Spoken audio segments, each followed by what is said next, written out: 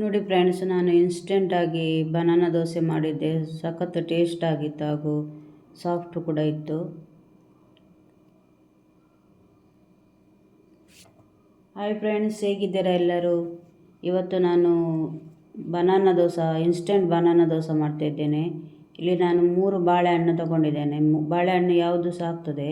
ಇಲ್ಲಿ ನಾನು 1.5 ಕಪ್ಪು ಬಾಂಬೆ ರವೆ ತಗೊಂಡಿದ್ದೇನೆ, ಮತ್ತು 1 ಕಪ್ಪು ತೆಳು ಅವಲಕ್ಕಿ, ಮತ್ತು 1 ಕಪ್ಪು ಮೊಸರು. ಇದನ್ನು ಎಲ್ಲವನ್ನು ಮಿಕ್ಸಿ ಜಾರಿಗೆ ಹಾಕಿದೆ, ಮತ್ತು 2 ಏಲಕ್ಕಿ ತಗೊಂಡಿದ್ದೇನೆ. ಈ ಬಾಳೆಹಣ್ಣು ಕಟ್ ಮಾಡಿ ಹಾಕ್ತಾಯಿದ್ದೇನೆ. ಸ್ವಲ್ಪ ನೀರು ಹಾಕಿ ಇದನ್ನು ನೈಸಾಗಿ ಗ್ರೈಂಡ್ ಮಾಡಬೇಕು. ಮತ್ತು ಸ್ವಲ್ಪ 2-3 ಟೇಬಲ್ ಸ್ಪೂನ್ ಆಗುವಷ್ಟು ಬೆಲ್ಲ ಕೂಡ ಹಾಕ್ತಾಯಿದ್ದೇನೆ ಸ್ವೀಟ್ನೆಸ್ಗೆ.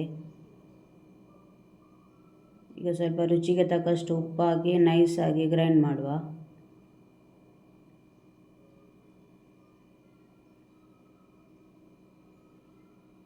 ನೋಡಿ, ಗ್ರೈಂಡ್ ಮಾಡಿ ತಂದೆ ಒಂದು ಬೌಲ್ಗೆ ಹಾಕುವ.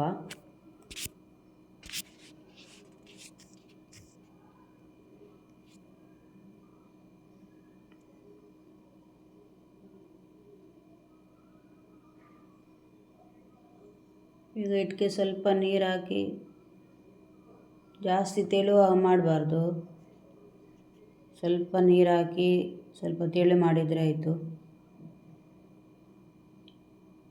ಇದು ಇನ್ಸ್ಟೆಂಟ್ ಆದ್ದರಿಂದ ಇದಕ್ಕೆ ಸ್ವಲ್ಪ ಈನೋ ಅಥವಾ ಬೇಕಿಂಗ್ ಸೋಡಾ ಹಾಕಬೇಕಾಗ್ತದೆ. ನಾನೊಂದು ಅರ್ಧ ಟೇಬಲ್ ಸ್ಪೂನು ಈನೋ ಹಾಕಿದೆ. ಚೆನ್ನಾಗಿ ಮಿಕ್ಸ್ ಮಾಡುವ.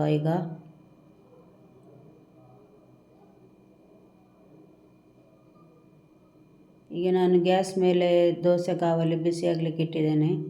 ದೋಸೆ ಕಾವಲಿ ಬಿಸಿಯಾಗಿದೆ. ಈಗ ದೋಸೆ ಮಾಡುವ. ಸ್ವಲ್ಪ ಸ್ಪ್ರೆಡ್ ಮಾಡಿದರೆ ಸಾಕು. ಈಗ ಇದಕ್ಕೆ ತುಪ್ಪ ಅಥವಾ ಎಣ್ಣೆ ಕೂಡ ಹಾಕ್ಬೋದು. ನಾನು ತುಪ್ಪ ಹಾಕ್ತಾಯಿದ್ದೇನೆ. ತುಪ್ಪ ಹಾಕಿದರೆ ತುಂಬ ಟೇಸ್ಟ್ ಒಳ್ಳೆಯದಾಗ್ತದೆ. ಈಗ ಮುಚ್ಚಳವನ್ನು ಮುಚ್ಚಿ 2 ನಿಮಿಷ ಬೇಯಿಸುವ. ಈಗ ಇದನ್ನು ದೋಸೆಯನ್ನು ಟರ್ನ್ ಮಾಡಿ ಹಾಕುವ.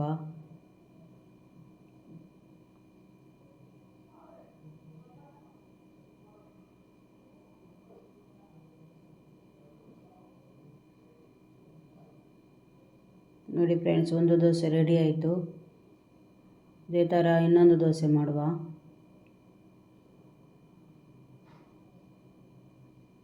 ತುಂಬ ಟೇಸ್ಟ್ ಆಗ್ತದೆ ಈ ಬನಾನಾ ದೋಸೆ. ಸಾಫ್ಟ್ ಕೂಡ, ಟೇಸ್ಟ್ ಕೂಡ ತುಂಬ ಸಖತ್ತಿರ್ತದೆ. ನಿಮಗೆ ಈ ವಿಡಿಯೋ ಇಷ್ಟ ಆದರೆ ಲೈಕ್ ಮಾಡಿ, ಶೇರ್ ಮಾಡಿ ಹಾಗೂ ಸಬ್ಸ್ಕ್ರೈಬ್ ಮಾಡಿ. ನೋಡಿ ಫ್ರೆಂಡ್ಸ್, ಕಣ್ಣು ಬಿದ್ದು ತುಂಬ ಸಾಫ್ಟ್ ಆಗಿದೆ dosa. Thanks for watching. Take care. Bye.